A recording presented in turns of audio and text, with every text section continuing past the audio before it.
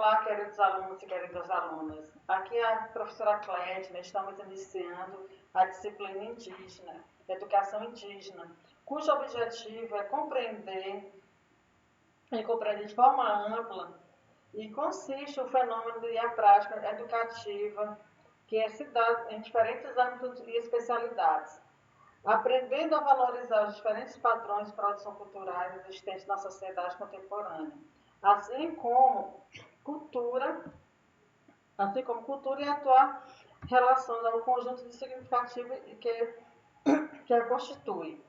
Entre os objetivos específicos, nós temos conhecer e respeitar o modo de vida em diferentes grupos sociais, em diversos tempos e espaços, reconhecendo semelhanças e diferenças entre eles, caracterizar o modo de vida de coletividades indígenas, distinguindo suas dimensões, economias, sociais, culturas, artísticas e religiosas, identificar a descoberta arqueológica e compreender a relevância das mesmas para a compreensão da sociedade do passado, utilizando o procedimento de pesquisa, aprendendo a ler diferentes documentos escritos e iconográficos, sonoros e registrar as informações obtidas. Nesta primeira unidade, apresentaremos em breve contexto histórico dos indígenas no Brasil. Inicialmente, eu pergunto a vocês, que conhecimentos você adquiriu sobre os indígenas ao longo da vida como estudante? Será que tais conhecimentos estão livres de preconceitos e informações equivocadas sobre os indígenas? Será que a imagem retratada pela mídia e também pela história ao longo do século não colabora para a descrição de modo de ser desses também brasileiros?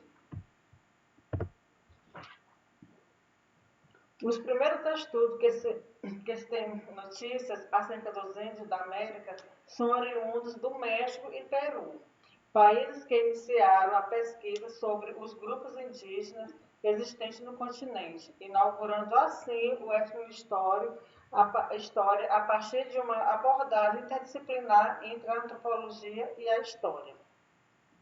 Os historiadores têm se mostrado cada vez mais comprometidos em dar voz ao índio, uma vez que faz necessário destacar a história desde os povos e suas batalhas pela sobrevivência, advindas de uma existência de invasores europeus, além de uma importante fonte escrita, os quais trazem de forma mais próxima da realidade e da origem dos povos indígenas.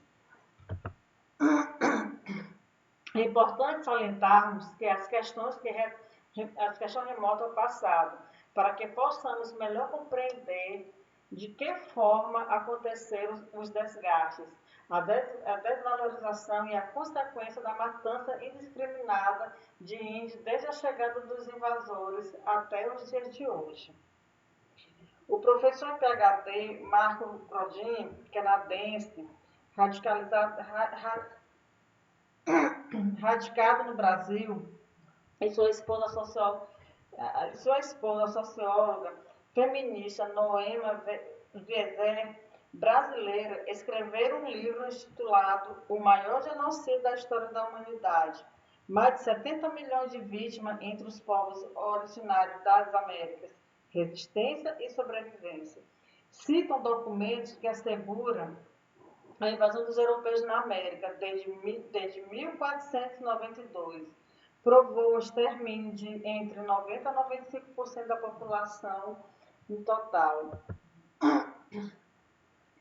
Há cerca de mais de 500 anos atrás, viviam no continente americano milhares de nativos, os quais distribuíram-se em várias regiões do continente, com suas identidades próprias.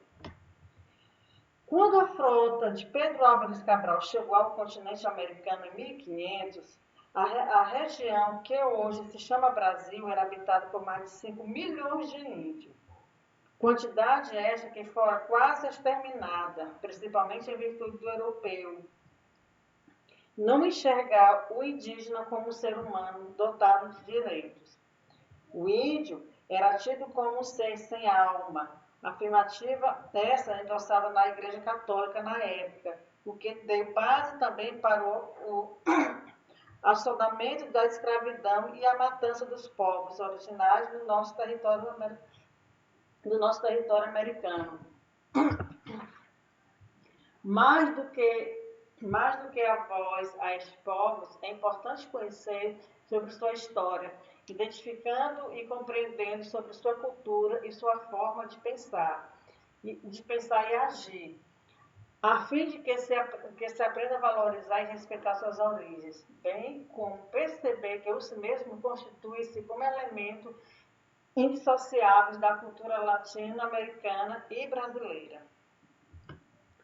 Conhecer e respeitar e perceber a riqueza que é a história e a cultura indígena, pois como nós, né, diz um líder indígena, Marcos Terrena, a força indígena vem da cultura, da espiritualidade e da sua terra. Um povo que não tem cultura não tem identidade. Um povo sem espiritualidade não conhece a natureza. Um povo que não tem terra morre. A educação indígena, enquanto modalidade de ensino no Brasil, foi implantada como política de garantia de direito, os quais foram, durante muito tempo, viu-se suprida por não haver interesse em resgatar a história dos povos indígenas brasileiros, bem como valorizá-las através do seu conhecimento, de seu conhecer, aprendendo a respeitar. Dessa forma, a diversidade existe. Conhecer a cultura do outro, valorizar, respeitar a diversidade, constitui-se como objetivo dessa disciplina. Neste sentido, todas essas reflexões buscam incentivar a constituição de processos educativos inclusivos que incentive a elaboração de estudos e pesquisas voltados para a educação escolar indígena, aprendendo a valorizar nossas raízes culturais, resgatando nossas identidades enquanto povos multirracial. Temos aqui um poema do maranhense Gonçalves Dias, publicado em 1847. Nesse verso se inicia a temática indianista, que consagraria Gonçalves Dias como nosso maior indianista. O poema exalta os feitos indígenas, suas coragem, sua força e valentia para resistir à escravidão. Percebe-se no poema a preocupação em retratar a realidade dos indígenas na época. Cunha diz que ao chegar em terras brasileiras, os navegadores invasores europeus, pensando em ser atingido o objetivo de chegar às Índias, depararam-se com novas terras, entre aspas, né? As quais povoadas pelos povos de origem desconhecida, entre aspas, para os mesmos, promovendo assim uma grande pacto inicialmente para ambos. Os indígenas eram denominados de selvagens pelos colonizadores portugueses, que tomaram posse da nossa terra, das terras indígenas. Alguns historiadores chamaram o primeiro contato entre os portugueses e indígenas de encontro cultural. Mas percebemos que no início do processo de colonização portuguesa, um desencontro de culturas, começando então o extermínio dos indígenas, tanto por meio dos conflitos entre os portugueses, quanto pelas doenças trazidas pelos europeus. Tais exemplos são como a gripe e a sífilis.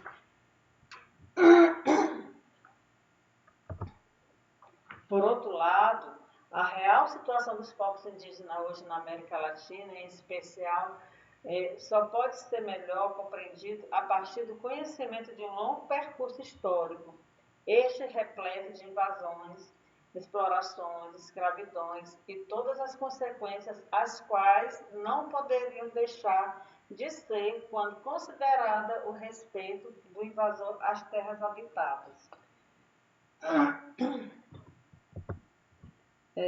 De acordo com Denevan, estima-se que na época da invasão europeia, na América vivia cerca de 57,3 milhões de indígenas em todo o continente, nos quais 47 milhões habitavam nos países de hoje são chamados latino-americanos.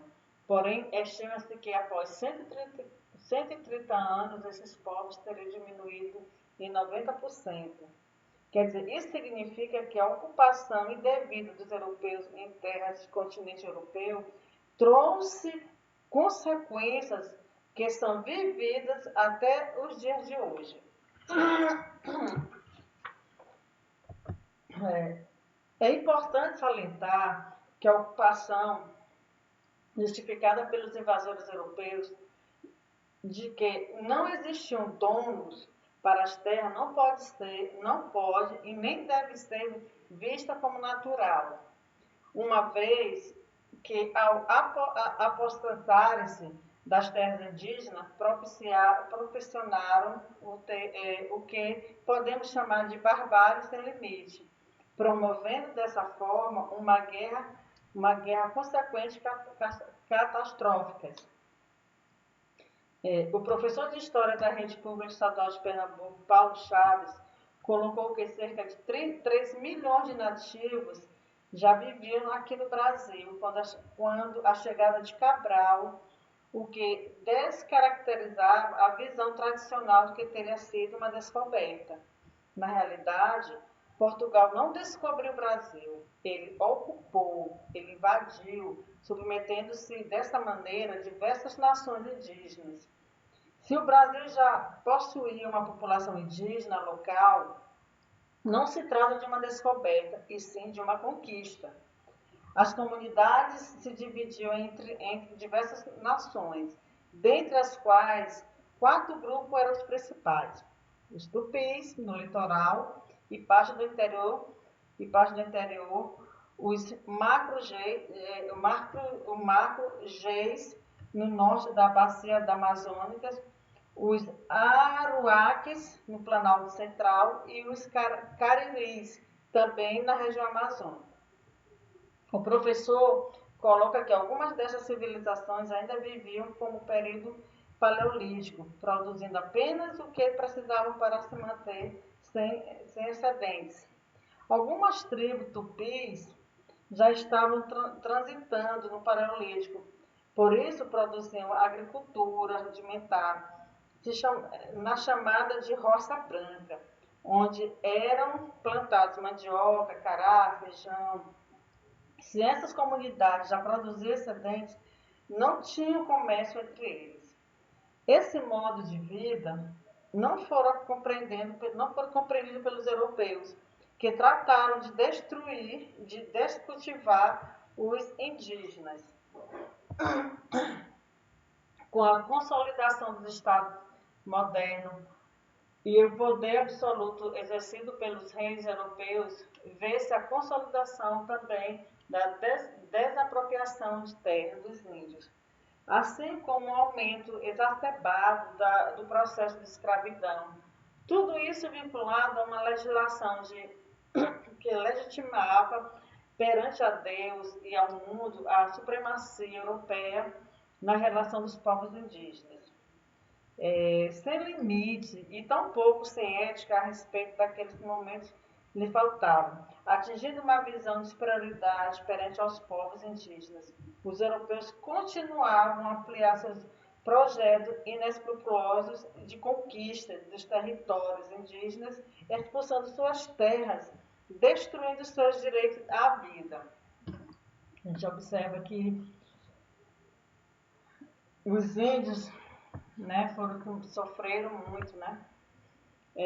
Destaca-se todo esse processo cruel de posse ilegal e imoral das terras e bens dos índios foi permeado de resistência por parte dos nativos, que vão desde a prática do suicídio coletivo até a luta armada na medida de suas condições. A imagem, né, retrato que eu acabei de falar. Segundo Weiss, Vaifaz, no livro A Heresia dos Índios, Catolicismo e Rebeldia no Brasil Colonial, a ideia que os índios no Brasil no período colonial desapareceram e ou poderiam perder a sua identidade, baseada na história tradicional, é debatida e combatida por historiografia recente. Os nativos não podem ser reduzidos a meras vítimas da conquista. Isso exclui a ideia de que os próprios tomavam a iniciativa para resistir em uma luta pela sobrevivência. Eles jamais aceitavam, sem resistência, a denominação dos europeus.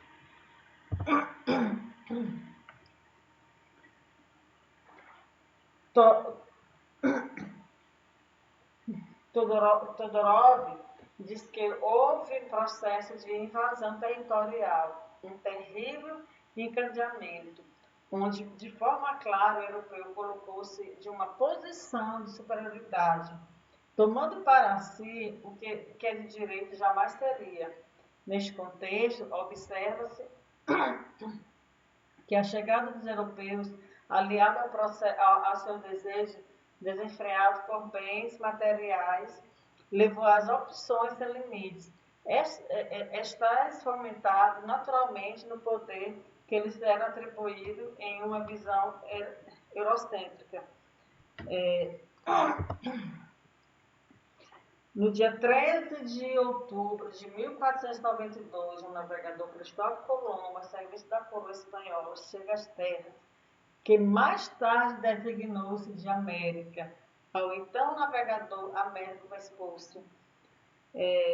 O contato inicial com os nativos, conforme aponta Fernandes, foram repletos de desconfianças em ambas as partes, trazendo à tona um choque vivenciado por ambos naquele momento, né? Por um lado, ao aproximar-se da cultura, por outro, percebe-se que uma não identificação e, portanto, um julgamento precipitado, que seria como consequência a criação de imaginário permeando os seres diabólicos. Interessante, porque os índios já membros dos europeus e vice-versa, né? Quando os missionários espanhóis chegaram ao México, identificaram-se entre os povos astecas rituais repletos de sacrifício humano, que foram vistos como uma espécie de ritual satânico. Tendo em vista uma visão da época, esta está apoiada nos dogmas, verdade absoluta, né, da Igreja Católica Romana. A ideia de pecado, assolada pela ação dos rituais desconhecidos pelos europeus, justificava sua superioridade aos índios. Entendeu? Fernandes afirma que essas questões oriundas de narrativa sobre rituais e atividades praticadas pelos ameríndios, índios da América, está vista como satânica, levou a sociedade europeia, com o apoio da Igreja Católica, à época de compreender que o mal, o demônio, gozava de poderes absolutos sobre um novo mundo, como eram conhecidos nas terras das Américas, antes da chegada dos europeus. Nesse sentido, justificava-se para empreender o processo de catequização. Junto aos índios se fazia presente, uma vez que esses povos não possuíam uma religião e que os permitissem ser tementes a Deus. Portanto, não seriam capazes de gerir a si próprios, o que por sua própria natureza seriam perigosas àqueles cujas ações eram civilizadas. A corrida para povoar as terras das Américas era intensa, tendo em vista que não aceitação de tratado de Tordesilhas, dividir as terras das Américas entre Portugal e Espanha, o que fazia com que os invasores de guerra fossem travados em os europeus, e estes entre os nativos que viviam na América. A ferro e fogo, os europeus e índios enfrentaram-se em uma guerra que não parecia mais ter fim. É, doenças, fomes, ademais as péssimas condições de sobrevivência daqueles que nas terras de um novo mundo haviam chegado, assim como aqueles que já viviam, viam-se obrigados a lutar pelas terras e por a sua liberdade. Meu Deus do céu. De acordo com Fausto, quando a chegada dos europeus às terras brasileiras, encontraram-se uma população ameríndia, bastante homogênea, em termos culturais e linguísticos, distribuído ao longo das costas e na bacia dos rios Paraná e Paraguai.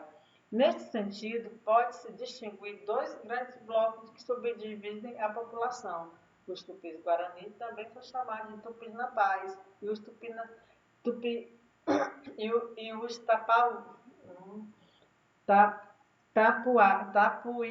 tapuias, perdão.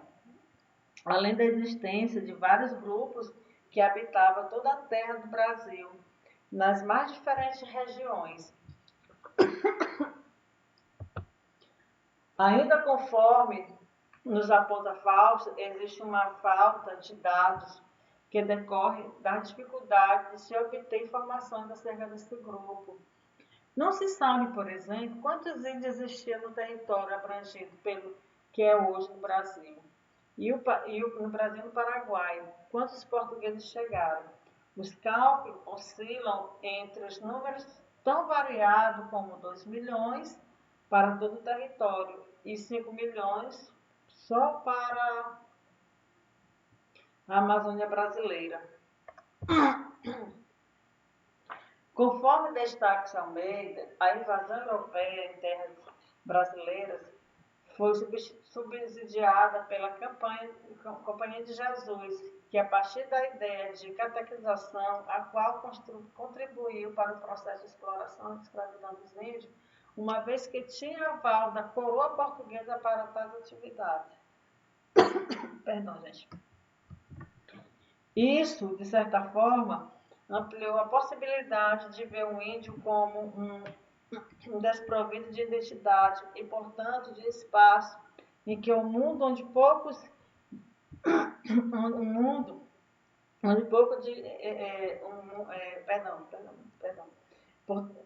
isso, de certa forma, ampliou a possibilidade de ver o índio como desprovido de identidade e, portanto, de espaço de um mundo onde pouco enxerga o que acreditava não fazer parte do contexto imediato das questões econômicas. Ou seja, segundo Raimundo, né, a Companhia de Jesus, Ordem de Jesuítas, foram produtos de interesse mútuo entre a coroa de Portugal e papado. Ela era útil à igreja, ao estado emergente. Os dois pretendem expandir o mundo, defender novas fronteiras, somar forças, integrar integrar interesses leigos e cristãos, organizar o trabalho de novo mundo pela força da unidade, lei, rei e fé. O trabalho de catequização e da conversão dos índios ao cristianismo foi motivo de vida dos jesuítas para a colônia brasileira. Destinava-se a transformação dos índios em homem civilizado, entre aspas, segundo os padrões de cultura e sociais dos países europeus no século XVI. Havia uma preocupação em imputar o índio no hábito do trabalho, pelo produtivo e em detrimento ao ósseo e ao improdutivo. Com a construção de uma vida nas colônias brasileiras, houve a necessidade de adequar os sujeitos que aqui viviam, entre eles os índios, os quais foram retirados de forma cruel dos seus espaços e alculturados, quer dizer, viver a cultura do outro, de modo que permanecem de modo que perderam parte da sua identidade. Com a crescente necessidade de povoar as terras e assim garantir posse das terras, eram previstos mão de obra e os índios foram usados através do seu processo de escravização, onde eram obrigados a trabalhar nas lavouras, na construção das cidades e ainda trabalhavam como escravo doméstico. O crescente aumento da população e o medo que estes nativos não conseguissem adaptar-se à vida em sociedade, na visão do europeu, além das resistências que aconteciam por parte dos índios, como morte ou suicídio, fugas entre outros, fez com que logo esses nativos tivessem sua mão de obra substituída pela africana. Quer dizer, a substituição da mão de obra escrava indígena pela africana ocorreu progressivamente a partir de 1570. As principais formas de resistência indígena à escravidão foram as guerras, as fugas e a recusa ao trabalho, além de morte e de parcela significativa deles. As causas eram doenças contraídas pelo contato com os brancos, especialmente os jesuítas, tais como sarampo, varíola, gripe, para as quais não tinham defesa biológica. Outro fator bastante importante, se não mais importante, é a substituição da mão de obra indígena pela africana. Era necessariamente uma melhor organização na produção açucareira, que assumiu um papel cada vez mais importante na economia colonial. Para conseguir dar conta dessas expansões e demanda externa, tornou-se necessário uma mão de obra cada vez mais especializada, como os africanos, que já lidavam com essa atividade nas prosperidades portuguesas. A Ilha de Madeira, no litoral da África.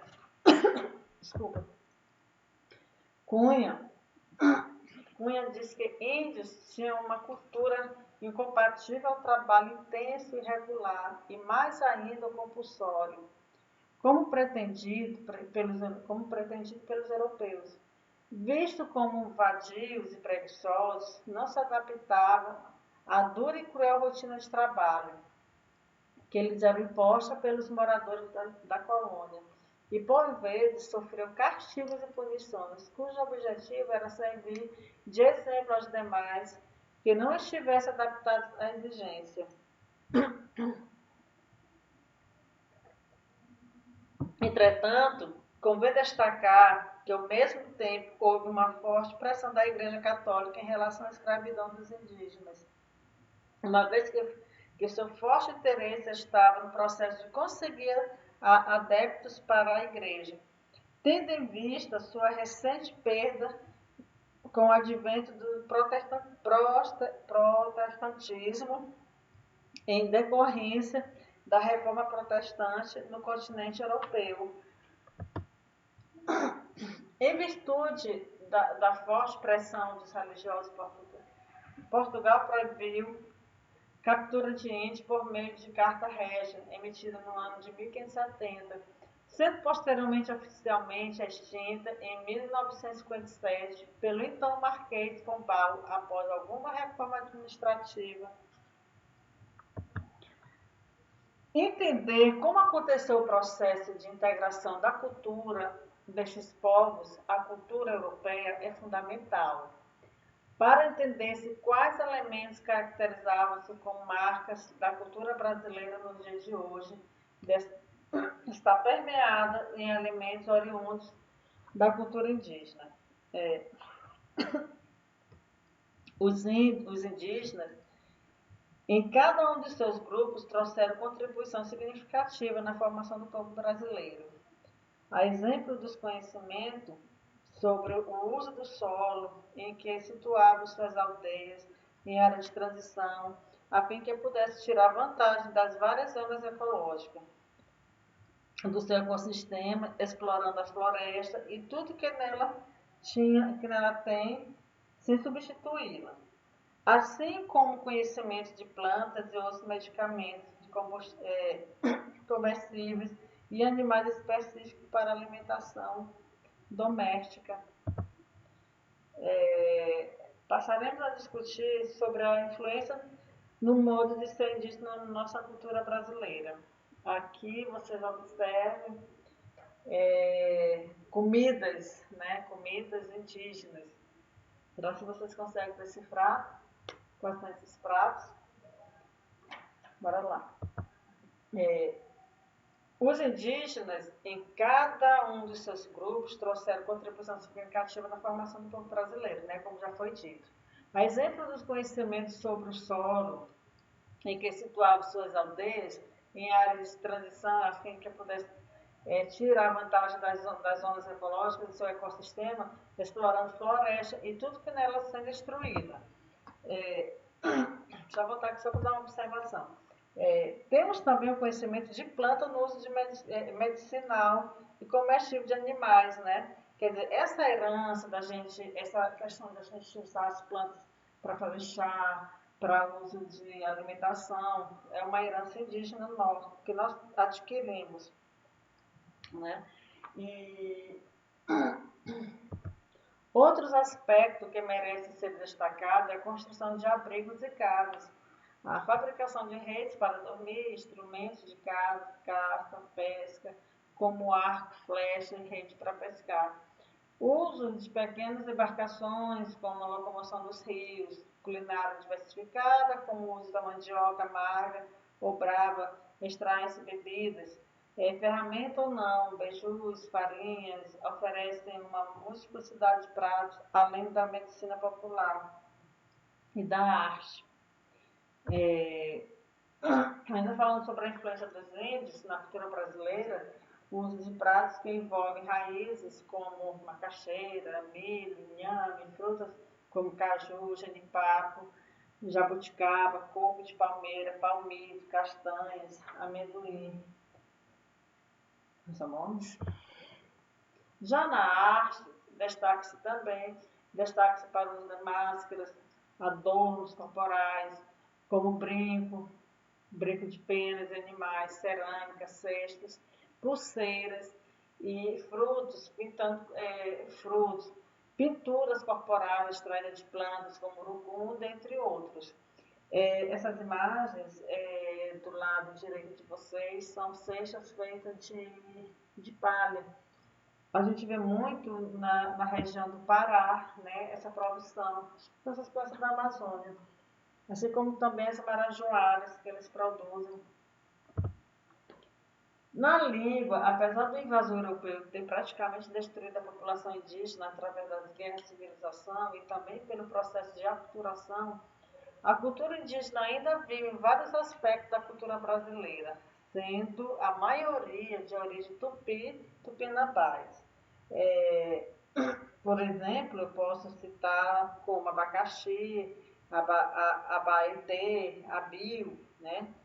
Açaí, aipim, ajuru, amendoim, ananás, babaçu, bacaba, bacuri, baiacu, beiju, biboca, bigá, biribá, bocaiúva, dentre outras línguas, né? De outras falas. O índio, falar sobre a influência indígena na formação da cultura do povo brasileiro é, sobretudo, mergulhar em um universo repleto de simbologias, as quais, mesmo que querendo mostrá-las uma a uma, seria impossível, pois grande parte desses inúmeros elementos estão, sobretudo, na parte da essência que envolve diversas culturas indígenas, todas com suas particularidades e seus próprios e significados próprios. Portanto, gente, pensar em ser possível, muito mais do que citá-las, é observá-las e senti-las no cotidiano. Este repleto de significado que nos remetem com a essência da cultura indígena no povo brasileiro.